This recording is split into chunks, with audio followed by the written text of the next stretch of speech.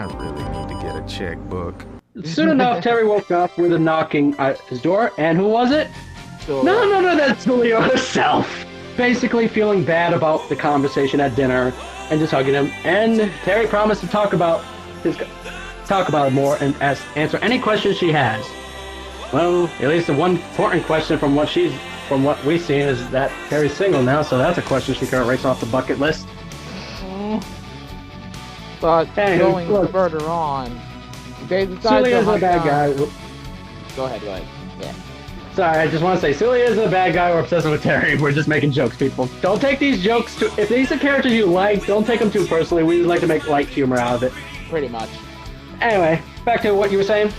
Basically, going forward from there, while they were searching for one of the armor pieces in the country of Turkey, well, actually, no, going beyond that, Joe was eventually sent off to Baghdad to meet up with Andy and Mai for searching for one of the armor pieces. While in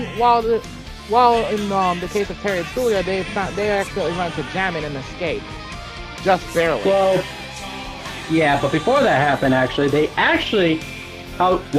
you may be wondering why Joe left them and stuff. They actually found a little secret where one of the armor pieces may be, because they were at a library. Every person's worst nightmare if they don't like books. I don't mind books. Books are nice. But anyway, unless it's manga. Yeah, but moving on. They were actually looking up research while Joe was sleeping. Reminds me of Hazard when he's got too much information on the brain and tired out from looking up. Shut up. But if anything, that whole scene does remind me of Retro Warriors when we're trying to do work together. But anyway, they were finding the armor piece, looking for the armor piece, and funny enough, apparently they found out that one of the armor pieces is located at Wolfgang Krause's castle. Of all the places. Talk about... I like the little shout out to Fatal Fury 2. That's a nice one. But I'm surprised that castle is still even standing after that whole thing. Well, it's not like they completely annihilated it, just sections of it were pretty much fucked up beyond repair. That's true, but I'm surprised it's still holding up. I thought it would have been, torn down a few decades ago or something with its empty owner, but I digress. But soon enough, Joe did leave Terry and Celia behind to go tell Andy and Mai about the situation, though those situations kind of got weird, though aside from Joe being like a Crossy asking what's the whole ship thing going on between you two. Hey! Wait, what now? Tell me I'm wrong, dude. Remember how Joe was acting... Remember how Joe was acting saying how things would... You don't want to be a lone wolf forever to Terry and stuff when Celia was around? Oh yeah, that. That's why I was calling her a Crossy. Hey! Well, he's not wrong. Who said you won? My own. Chaotic neutral, remember? Chaotic neutral. But soon enough, people were doing their... Soon enough, Andy and Mai were doing their thing, and, well, there was, this scene might be heavily censored, or it might not be shown here. I am sorry, but if you want to see this uncensored, go watch the movie yourself.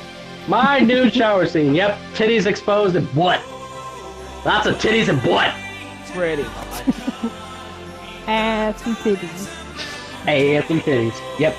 So Crossy might have to put a big old censor bar if she showed that shit up there, or not. But soon enough, after the shower, Mai calmly tried to go into bed and try to see if Andy would join. And how does Andy escape that? By doing push-ups and said he was gonna sleep on the couch. What you doing? I was just thinking how the two of us can't sleep in the same bed. It can't be helped. This was the only room, right? Oh my god, do you need landing lights to the bed? She wants to sleep with you! It's That's one where way. Mai is thirsty. Yeah, but fellas, if you want to escape from having sex with a girl you're not fully committed to yet, just say you'll sleep on the couch. Zammy, if you're watching this, I apologize. I feel like Dan's gonna kill you for that later. Are you upset? No, because I know how you're going to pay me back.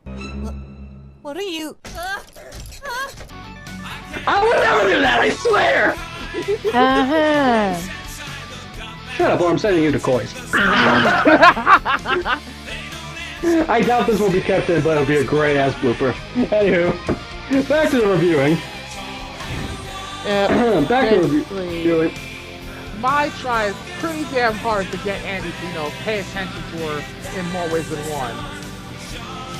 Yeah, she's not even, I don't think she's wearing anything under that bathrobe of hers either, so...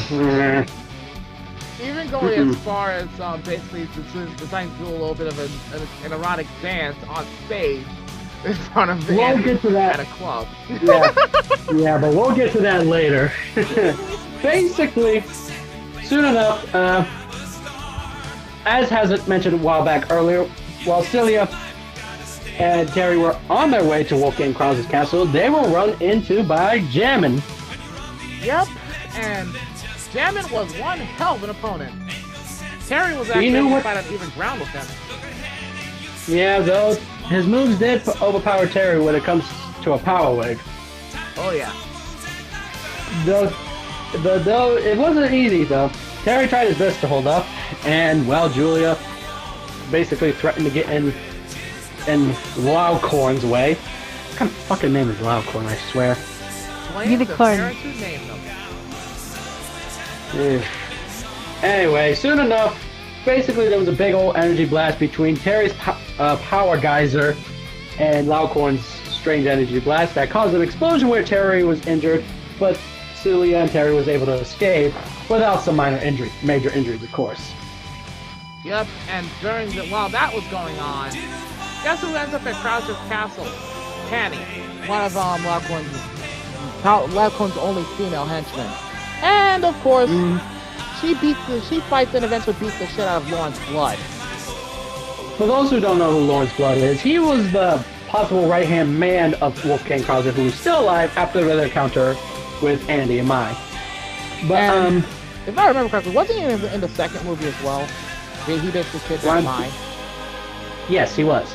Okay. Well, she was putting up a good fight, and then later on, she got kidnapped, and Andy just beat Lance Blood in like, what, 3 fucking seconds? Yeah. But going back to this movie...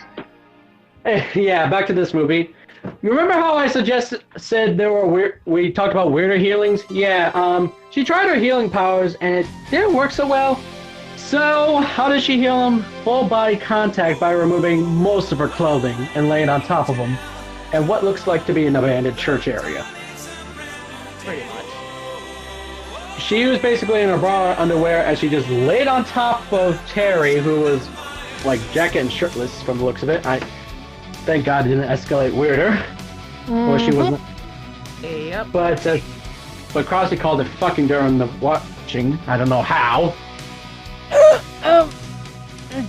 You are clearly thirsty for rosé. Shut up. No. Anyway. But yeah, aside from that weird healing, Terry was actually having a bit of a nightmare because he was reoccurring Lily's death from his head. With Tom Cruise's death as well. Yeah, but soon enough, basically he Magic Geese Howard left behind him and stuff, and soon enough, when he looked back at his hands, he saw Sulia's dead body in his hands. Basically fearing if he did have feelings for her and stuff, he's just worried that history is going to repeat itself. Hence why Terry, I think, is mostly single most of these days. I think I could be wrong, because my lore is a little rusty. But anywho, while this was going on, Andy and Joe was heading back to the castle as well.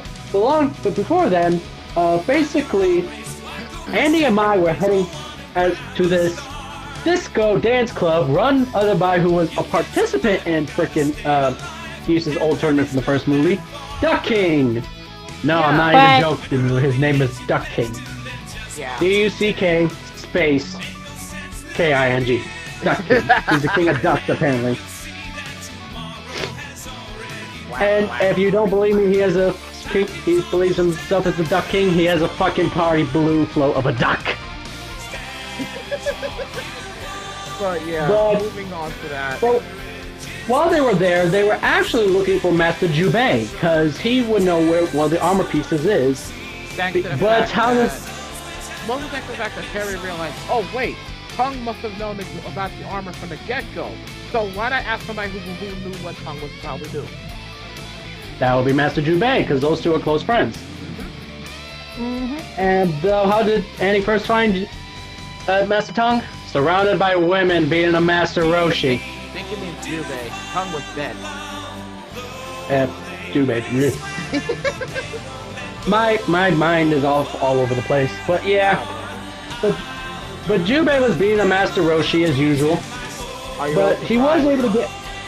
No, I'm not. But what I'm surprised about was this next part. But after getting some information where the armor piece was, as Hazard mentioned earlier, Mai was on stage dancing just to get Annie's attention, and oh, I got his attention all right, but I got everyone else in the club's attention. Goddamn it, Mai. Is the Super Banana Bomb Pop made of real bananas?